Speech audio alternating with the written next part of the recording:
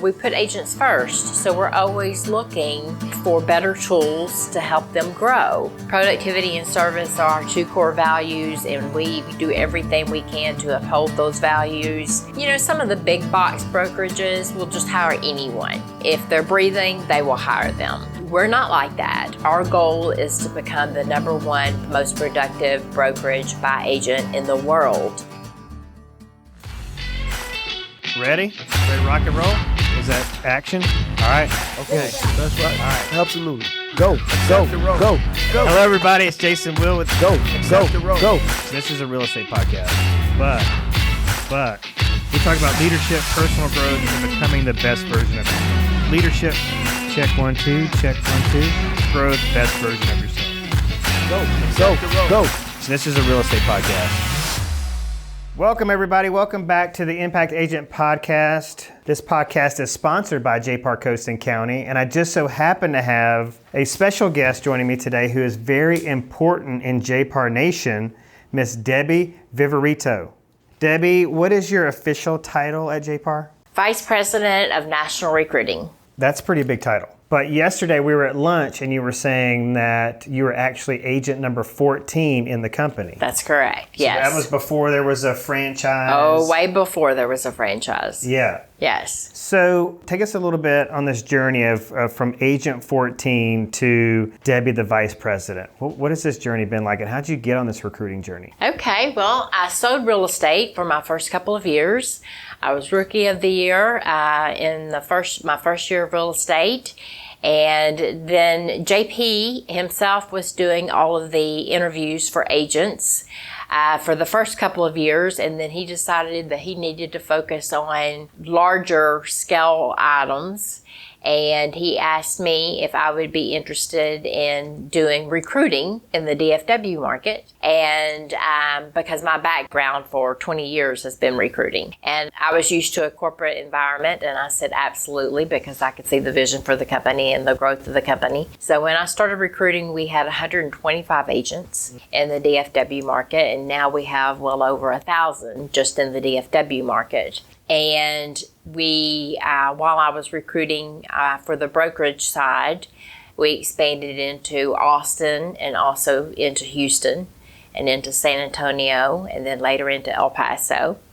And so I recruited for the brokerage for many years, met lots and lots of agents that were really good fit, and then some agents that were not a good fit that I just said, thank you so much for coming in, but I knew in my mind they did not meet our standards. And then JP asked me last August if I would be interested in working for the franchises and traveling to the franchises and helping them with their training programs and helping them grow their agent count. So I said, absolutely, why not? And actually, I was a little bored on the brokerage side, and this is the truth. I told JP, I said, you know what? I'm a little bored. And I think within 24 hours, he was standing in my office saying, okay, here's the deal. This is what I'd like for you to do. And I really need to know an answer now. Wow. And I said, now? And he was like, yes, I do. And I said, okay, then I'll do it. Okay. And he kind of gave me an ultimatum of if this is going to happen or this is going to happen. And I was like, I'll jump at it. I'll do it. I want to do it. So I have thoroughly enjoyed. I've been to most all of our offices now. And we have amazing franchise owners. And I have thoroughly enjoyed this position very much in meeting all the franchise owners and helping them with their recruiting plan. So before you got into real estate, you were a corporate recruiter. Yes, I worked in the staffing industry. The staffing industry. Yes. How has recruiting in the staffing industry been different from the real estate industry? Well, staffing, I placed controllers, I placed vice president of financing. I placed everything from those type of positions all the way down to warehousing and forklift operators. Oh, wow. So I actually went out and sold the business, and then I had a staff of people that would actually fill the orders for the people and do the recruiting for the people. But we were so busy. My offices that I was responsible for were so busy that everyone was working about 80 to 90 hours a week, just trying to keep up with the amount of business that we had. And so I would go, at the end of my day, I would go into a recruiter role and get on the phones and start recruiting and start interviewing as well. Yeah, so is it basically the same type of conversation, the same amount of touches does it take to really start to develop rapport? It's a little easier in the temporary staffing world than it is in recruiting for real estate agents. But for recruiting for real estate agents, you've really got to be a hunter, and you can't just wait for people to contact you. You've got to reach out and contact them. Whereas in the temporary staffing industry, they typically contact you. But it's very different in the real estate world. Unless you have been in a market for a long time and you're getting a lot of referrals, then you yourself as a recruiter have to genuinely go out there and shake the bushes. Wow. You've got to go out there and hunt and hustle, and you've got to be hungry to find these agents, to schedule appointments. Then once you get them in to visit for an appointment, following up is just as equally as important as getting an interview. 70% of the hiring process takes place in the follow-up. So there's a significant amount of time every day that you have to spend on following up with these agents because that's where you're going to hire them. It doesn't happen because it does sometimes where agents in the first appointment will tell you, yes, I'm ready to join. But most of the time they need to go back home, talk to their families, absorb everything that has been said to them, and then they make a decision. You need to always immediately send a follow-up, thank you, let me know if you have any questions, but then continuously follow up with them on a regular basis if they don't decide to join right away. Gotcha. So I think this is probably true. There's some congruence in like the trajectory of these career paths in real estate. So like a lot of your franchise owners started out probably as a real estate agent. Right, then yes. They built a team. And then, so on and so forth. So you were talking to us before, off mic about it's really the same as prospecting for buyers and sellers. It takes the same amount of follow-up, and you have to build a pipeline. Yeah. You in real estate, you're wanting clients that close immediately, but you're also wanting clients that's going to close in 6 months to 9 months to out to a year or whatever. It's the exact same thing in recruiting. You have to constantly build your pipeline full with people coming out of it that are going to be joining. You never want to look up at a real estate board, a whiteboard, and see that you have no closings on it. Right. It's the exact same thing in recruiting. You've got to know that people are going to be coming. They may be joining in 3 months, or they're going to be joining in 6 months. And that pipeline has to be full, so you're continuously hiring people. Well, I wanted to talk about this for a second. I had an agent that I brought into JPAR who was at another company, and I was sending Facebook messages to her and some of her agents in her company, and those agents were screenshotting those messages and posting them in their private Facebook groups, and they were having a little fun with me at my expense, right? Behind my back. And so the perception was that recruiter, even though the title of recruiter is a dirty word, that there is some kind of, it's a negative connotation associated with that recruiting is a bad thing, like you're poaching, I guess is a good word that I would use. But as we have seen, because you conducted a recruiting appointment here live this morning in this office location, and you came in contact with an agent that wants to grow, but doesn't have the tools, correct, doesn't have the systems, doesn't have the leads, doesn't have the leadership, is basically doing it all on her own. And if she's going to double, we know from, this is an old real estate philosophy that'll never go away, or really a philosophy of success. What got her where she is today won't get her where she wants to go. That's correct. At the end of this year. She's got to create some additional revenue streams. So I look at it I feel good about it. I call it I look at JPAR as really like a ministry. And I talk about like the gospel of JPAR because, and I don't mean that in a sacrilegious way, so I don't want to hurt anybody's feelings. But I really feel about if you believe in something and what you believe in or what you're offering, your product or service is going to change somebody's life for the better, it really is kind of a ministry, the way I look at it. Right. So it helps that we have something that is a blessing provide or to deliver to these agents. Right, absolutely. That's why I've always told everyone, or the recruiters, is not to be intimidated by these really large producing agents and be scared to pick up the phone and call them. We were just having that conversation earlier this morning, because you really do have something of value to bring to them that they may know nothing about. They probably do not know anything about if it's a brand new market for us. So never be intimidated, because we have so much value to bring to them in their business and helping them, better organize their business and to grow their business. Shout it from the rooftops. Let everyone know. I mean, we're here to help them and to serve them to become better agents. I couldn't agree with that more. I mean, I think what I have seen happen in the markets that JPAR is moving in, these new markets, is that these agents are just living life out loud, and they're very proud and excited. We talked about an agent that I brought on recently who got upwards of a $50,000 raise by just coming on. Right. And this guy, I mean, every time he walks in the office, he's got a smile on his face. That's right. He came in the other day saying, hey, the money I saved for making the move to JPAR on my last 2 closings, I just paid for our 2-week family vacation in cash, in full. And he's like, I never would have been able to do that before. So that, I don't feel bad about it. I feel good about it. That's kind of like the icing on the cake. Yeah. But, saving them all of that additional money is a huge benefit and a reason why to join JPAR. If for no other reason alone, they're putting more money in their pocket. Well, you're speaking the language of the JPAR value proposition day in and day out. So I wanted to talk to you about what you thought were really kind of the big rock items that you really feel like bring the most value to the agents that you're visiting with during a recruiting appointment. All of the tools that we have to help them organize their business, KV Core, of course, being the CRM system, I mean, that's going to help them become better organized. And it's amazing to me, especially in the smaller markets like where we're at here in Alabama.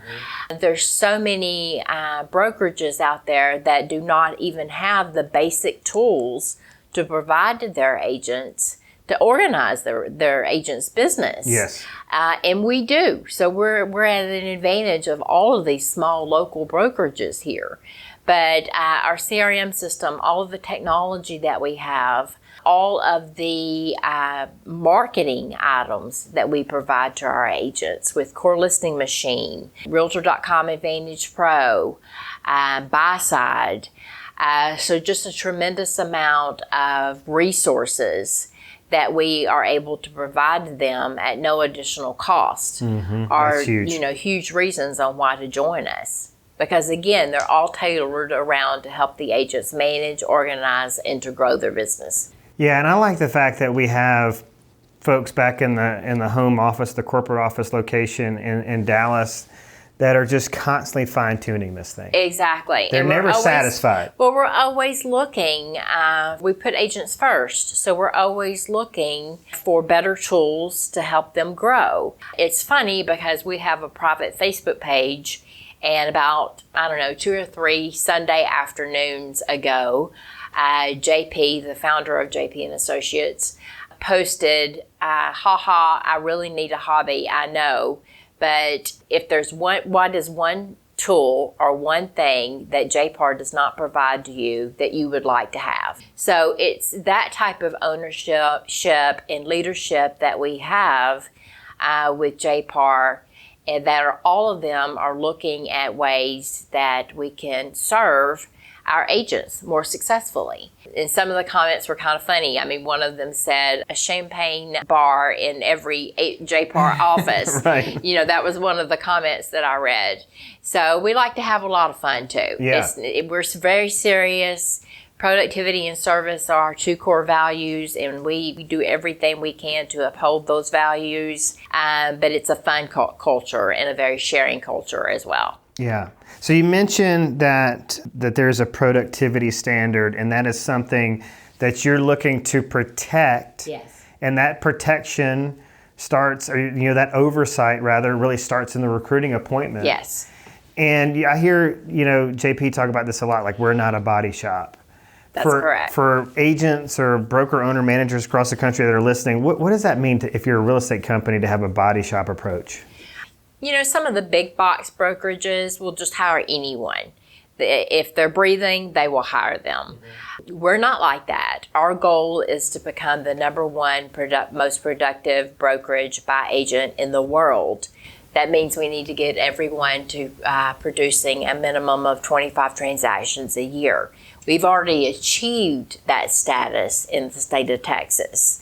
So by having a productivity standard, we can make sure that the agents that we are bringing on board are all full-time agents that are already productive and achieving a certain number of closing transactions every year and wanting to continue to grow their business. So those are the type of agents that we are looking for.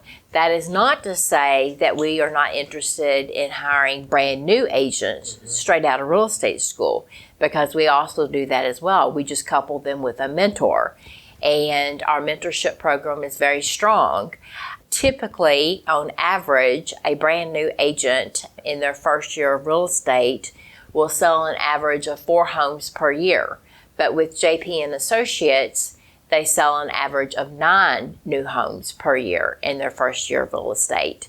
And that is due to our mentorship program and also due to all of the trainings that we have. That's awesome. Yes. So we really do work very hard to stick to that productivity standard and make sure that we're hiring good quality agents. Quality is far more important to us than quantity. We would rather have 20 agents in a new franchise office or a new office that are productive and producing than say we have 50 and they're part-time and they're closing 1 or 2 deals a year. Yeah, so here's the issues I see with that, because I've come from a real estate environment where that was the case. Like if you had a pulse, right, they brought you on. And those agents would not come to the trainings. They were not plugged in. No. They weren't connected at all. And when a transactional opportunity arose, it was like all hands on deck to try to train this agent and get them from doing anything that would put us in legal liability. That's right. They're not invested. Yeah, it was insane. And then that hurt our reputation overall as a company in the marketplace. Correct. That's exactly correct. You get a reputation for agents that do not even know how to complete a contract. Yeah. So that gives the impression to other agents out there that JPAR must not be doing any training at all for their new agents, which, that's not the case at all with us. But we would never want to have that type of reputation. Well, the other thing I see, and I always wonder to myself, like when I started to dive deeper into the JPAR model and culture and was introduced this productivity standard, I started thinking to myself, what would our industry be like if NAR had the power, ability, wherewithal to institute a productivity standard? Because the other thing we're talking about the reputation of the brokerage. Mm-hmm. This part-time agent syndrome, if you will, it puts a black cloud over our industry. Mm-hmm. We're way below the list. Like we're fighting the used car salesman and the ambulance chaser attorney for like the bottom spot on the totem pole of least respected professionals in the marketplace. And so that was super attractive to me, to just set that standard and be known for that. That's correct. In the marketplace. That's correct. So I thought that was super, super powerful. Right. And I know that it does scare people, but it gives them something to push for. Well, and I have done some recruiting at real estate schools with people that do not even have their license yet. And I've said that we have a productivity requirement and told them what that productivity requirement is. And sometimes people kind of gasp at that. Mm-hmm. It scares them and it intimidates them. And then there's other people who are like, yes, I love that accountability factor. Right. So, if you get someone that's scared and intimidated, then you know what? They're probably not going to be a good fit. We want the ones that are excited and like that accountability factor. So there's a difference. Yeah. So there's a couple accountability factors that I see at JPAR because, we are 100% brokerage, but we're a cap model as well. Right. So I love the just kind of a caveat here. I love the hybrid nature of the brokerage model, that we take the bits and pieces from other models that are the best and most exciting, and we just toss the rest. And so having this cap model gives them something. I mean, real estate agents, we need a carrot in front of us because this is a hard industry. It's very hard. It's very demanding. So having that base, like I've got to at least close 6, but if I get to whatever my franchise number, or whether it's based on transactions or sales volume, I meet that number, I'm capping out, I'm pushing forward, and on my anniversary date it resets and I just hit the ground running again. That's right. So I love that about that. And so now I'm just in this mode where I've just got to get the word out, and just be preaching it all the time, because I know agents out there, I know they're getting left behind. Right. And I have this no agent left behind mantra. I've always had it since I was, just a team leader and then an independent brokerage owner, and now with JPAR. But now I have all these tools and the structure and the systems to really be in a position to deliver on that. That's correct. That excites me. It should excite you. And it should excite all of the agents in all of the markets that haven't heard about us yet. But it's important that we're out there hustling every day and hunting for these agents to let them know what JPAR has to offer. So just going back to that, recruiter as a dirty word portion of this interview, and then coinciding with your hunter mindset, I mean, I really feel like we have a responsibility. Yes. Just again, the agent that sat where I'm sitting this morning for the interview, telling you, Debbie, I don't have this. Right. I don't have that. I can't get to where I need to go. My office lacks this. We don't have that. It's like we've got to get out there. It's the same mindset where I feel like there's so many unqualified real estate agents out there that if you know in your heart that you're a true servant and that you want to be an advocate, you want to be a consultant, you want to roll out the red carpet for your clients. I mean, like doing a great job is paramount over like the commissions, that icing on the cake, like you mentioned Right. with JPAR and the financial part of it. So if that's in your heart, if you're a servant-hearted salesperson, like you have a responsibility to Right. Well, get out there. I do agree with you that sometimes recruiter can be a nasty word, but I also think it has to do with how you're positioning, what you're saying, and how you're talking to potential agents that you want to bring on board. If you're bringing some value and creating some value for them, then that's all the difference in the world versus if you're doing some research about that particular agent and you know that they've closed 20 deals in the past 12 months and you know that they have a great reputation in the community, let them know that. Compliment them on their success. And let them know, I've heard other agents talk about you and how great you are to work with. Do your homework and do your research on these agents prior calling them and trying to schedule an appointment. That way it doesn't look like you're just trying to bring on anyone and everyone. You're sincerely doing the work in advance to calling these agents and having some information on them that you can share with them. It's more impressive to the agent when you're making that phone call. Yeah, it's not an agenda to we just want you over here. Yeah. We compliment them on their sales and let them know that they have a great reputation in the market, and that's the type of agents that we are looking for, and continuously follow up with them and send them articles that would be of some interest to them. Anything that you can do, invite them to our lunch and learns that we have inside the office. Anything that you can do that's going to bring some value to them is helpful. That's good. Yeah, I have, to some of my top recruits, I've even jumped on Amazon and sent them books. Right. From agents that I respect that have, written some, what I feel like are some excellent sales manuals that can help them scale their business. That's right. So. And at JPAR.com, Mark Johnson does podcasts with our agents every week. There are literally hundreds of agent testimonials at JPAR.com.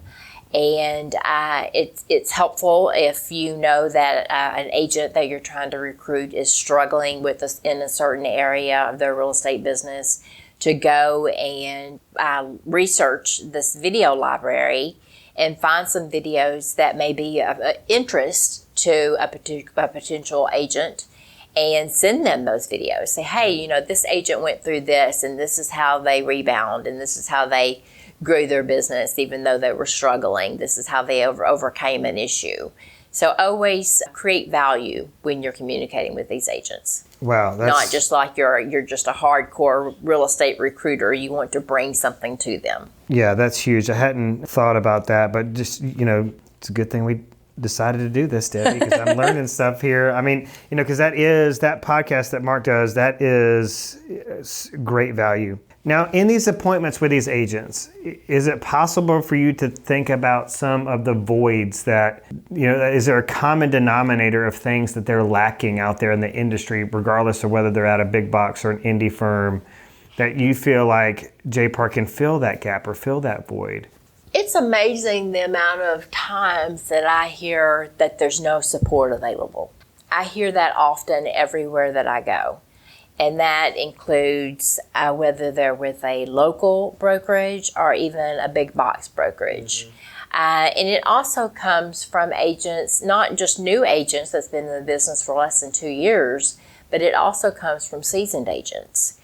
Management issues with inside of their local brokerage. I hear that a lot. So that's one of the most common items that I hear when I'm meeting with agents across the country. It's just that the management style is not working any longer for them, or there's been management changes and there's just no support available. Not that these seasoned agents need it that much, but when they need it, they definitely want someone that they are able to contact and that they know they're going to be able to reach in a timely manner. Right. Yeah, because your new agent just wants to know that they don't want to feel bad not knowing they don't want to feel like they're bothering somebody, ask them a question. Then your seasoned agents are like, listen, I'm in momentum, so the copy machine's got to work. Right. Right. I'm rolling. I got to process this and move on to my next appointment. So can you tell us, what do you feel like the type of support an agent needs or that a brokerage should provide to an agent? They need to be available quickly to an agent. They need to have a system set up in place, and it needs to be widely known throughout a brokerage how to reach a broker or the managing broker. And that management broker needs to be able to respond within a certain amount of time. I think that fixes everything. And we have a really good support system within JPAR where people do not have to wait very long if they have a question. Sometimes they can connect with the broker immediately, but there's a responsibility, I think, from the managing broker standpoint of a timely response back to an agent. And I think that's really important. Love it. That's a good segue into the last topic I wanted to talk about was the agent-centric nature, or really what I refer to as the mindset of this company, and really doing a deep dive as to what that actually means. And so what we're talking about here in terms of an agent-centric brokerage is that an agent-centric brokerage exists to serve the agent. Right. Not the consumer or itself necessarily, but the agent. Right. So you serve the agent at a high level so they can go out and serve the consumer. Make it easier on them. Exactly. Yeah, so I really see, that's something that's always been near and dear to me is having that mindset, being able or enabling an agent to have this business owner mindset. Right. A realtor is an entrepreneur. In essence, they are the CEO, CFO, COO of their own business. But it's also our responsibility as a brokerage to be available when they need support, when they need help. Yeah. So JPAR I just love this. So JPAR is not like this micromanaging entity. They're like the back office. Correct. We're there when you need us. Yeah. And we're providing you with all of these tools and resources at no additional cost to help you grow your business and manage your business. And I look at some of these big brokerages, especially where we're in Mobile, Alabama right now, which is a very traditional real estate market. Some of the big, massive firms in town, they have several managers. The managers dictate what these agents can charge to a seller in terms of compensation. Yes. If it goes too low, they have to get approval. Too low is not even allowed, but lower than their standard has to get approval. And I'm thinking to myself, well, gosh, if you're in the field and you need to do something to secure a piece of business, and you got to go to get manager approval. Maybe that manager's not available right then. And a lot of times those managers aren't available right then. Yeah. So that's you're a salesperson. You're Right. not the CEO, CFO, COO like you talked about. You're a salesperson that is, under the thumb of somebody else telling you how to run your business. And I just tell people, listen, if you are running your business in a moral and ethical way, you're doing it within the confines of real estate law, the guidelines of the real estate commission, our local board, go for it. Right. Now, here, I'm going to give you some warnings that you don't want to be known as the commission cutter in your market. Exactly. You don't want their reputation. Yeah. I mean, you want to be known as the agent that gets paid to the standard of their value. Right. So maybe it's not a service problem, it's a value problem that you have. So I'll give them some coaching tips in that regard, but at the end of the day, it's up to them. That's correct. So, same thing goes for branding. Mm-hmm. A lot of brokerages will not allow agents to brand themselves. Yes. And at JPAR, we highly encourage agents to brand themselves in their market. And we think it's awesome that they do so. But a lot of brokerages, small brokerages, as well as large brokerages, will not allow their agents to do that. Yeah, I think that's harming their business. Yes. I see this. I like to do funny billboards.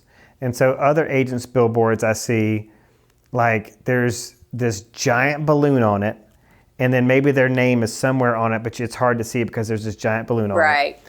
Or they're just who they are, their contact information, their slogan, whatever they want to be known for, their brand is just in the shadow of this That's right. logo, this brokerage logo or whatever, they've got going on wherever they work.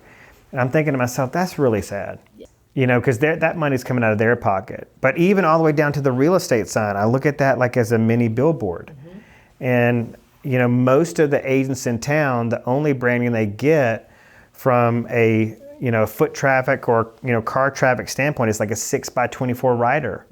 I think that's sad. It really is sad. It's their listing. It's their seller. They need to be very visible on that signage.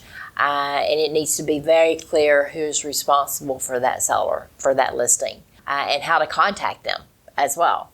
Yeah, and I always, when I get some pushback on this, I'll just ask people, agents, where'd your business come from? Like, who are they doing business with? Why are they doing business with you? Is it because there's this massive, logo on your sign that is not representative of you? It's not. And we'll go back to the beginning of this podcast. When I came on board with JP and Associates, absolutely no one in the DFW market knew who JPAR was. Mm-hmm. They had no clue who they were. And I didn't care because I knew enough to know that agents, our clients, buy from you because they like you and because they trust you and they've built a relationship with you. They don't care what brokerage that you're with. That's not important. The name recognition is not important. That's not what gets you the business. Mm-hmm. It's not at all. It's about the relationship that you create with the actual client. And even in my first year of real estate, when no one knew who JPAR was, I did not have one buyer or seller ask me about my brokerage. No one asked me about my brokerage.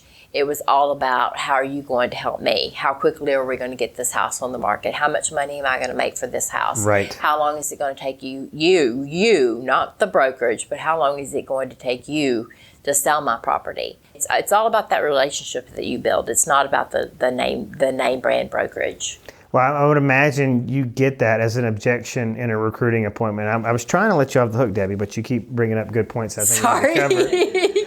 But I imagine you get that in a recruiting appointment. Like, I've never heard of JPAR. Sure. Nobody in the community has heard of JPAR. That was one of the things I loved about it. I was, we were getting approached by lots of different big box models to buy us our independent company or to partner with them or for us to buy in to them. And JPAR came along and I was like, I've never heard of it. That's nobody will ever see this coming. So right. I love that part of it. Do you ever hear people say in an appointment, well, I don't know about this 100% model? Like, what if the economy goes bad like it does in 2008? Like, JPAR is not going to be able to make it. These 100% brokerages are going to be the first to go. I'm very Very little, but I have heard, how do you make it? How does the brokerage survive on such a low transaction fee? And I always tell them the truth. I always want to be 100% transparent with everyone that I talk to and tell them, well, that's why we have our productivity standard in place, because all of our agents are producing agents. They're not just these part-time agents that are doing 1 or 2 deals a year. It all goes back to the quality of agents that we have on board here at JPAR. So no, we're not going to crash, because we've got great agents out there that are producing and selling real estate. Yeah, and I heard Jeff Lewis at our last convention in a breakout session, talk about how this model is actually built to thrive in down markets. That's right, yes. Because agents are going to look to brokerage models like ours and go, we're on a close a deal, I'm closing less deals. I need to make more money. That's and right. so that's why I need to go there.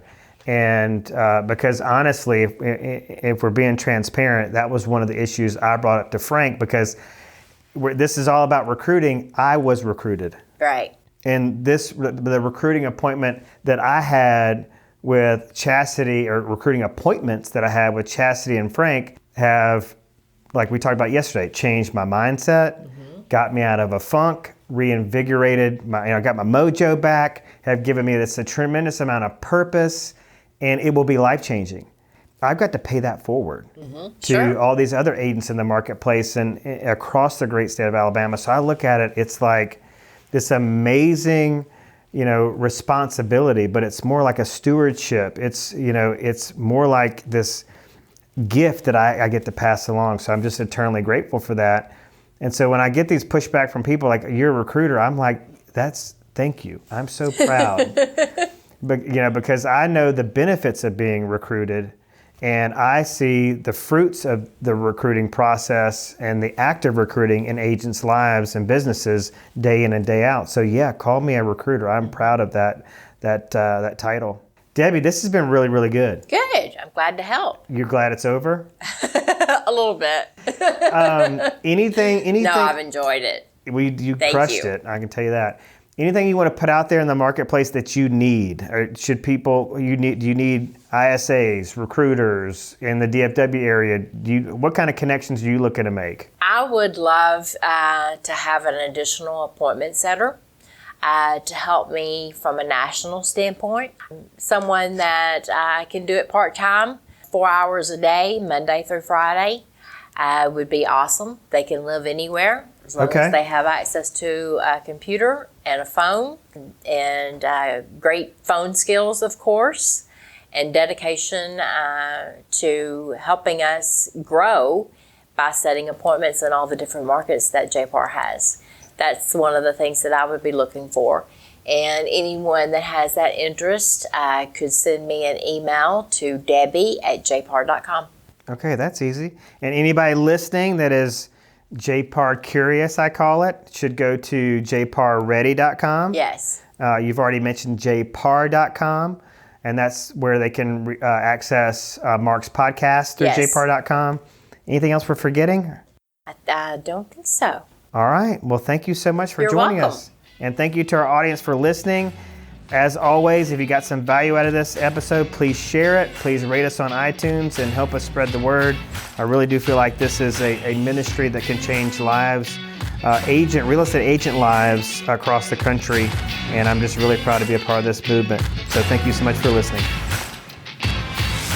Thanks for listening to the Impact Agent Podcast. If you liked the show and got something out of it, please like the Impact Agent Podcast on Facebook and rate and review the show on iTunes or anywhere you listen to podcasts. This really helps us grow the show and helps other agents find it. Please share it with your friends and coworkers as well. Want us to deliver the show to you via email every week? Then email me at jason@impactagentuniversity.com and we'll send you the show every week. Please let us know what you think about the show, what you like, what you don't, or possibly make a suggestion about a topic you want to hear. Email me at jason@impactagentuniversity.com or leave us a message on Facebook at Impact Agent Podcast. This podcast is produced by Johnny Gwynn at Deep Fried Studios in Mobile, Alabama, and is paid for and powered by JPAR Coast and County. That's JP and Associates Realtors. Until next week, everybody be productive, safe, and happy, and always keep learning.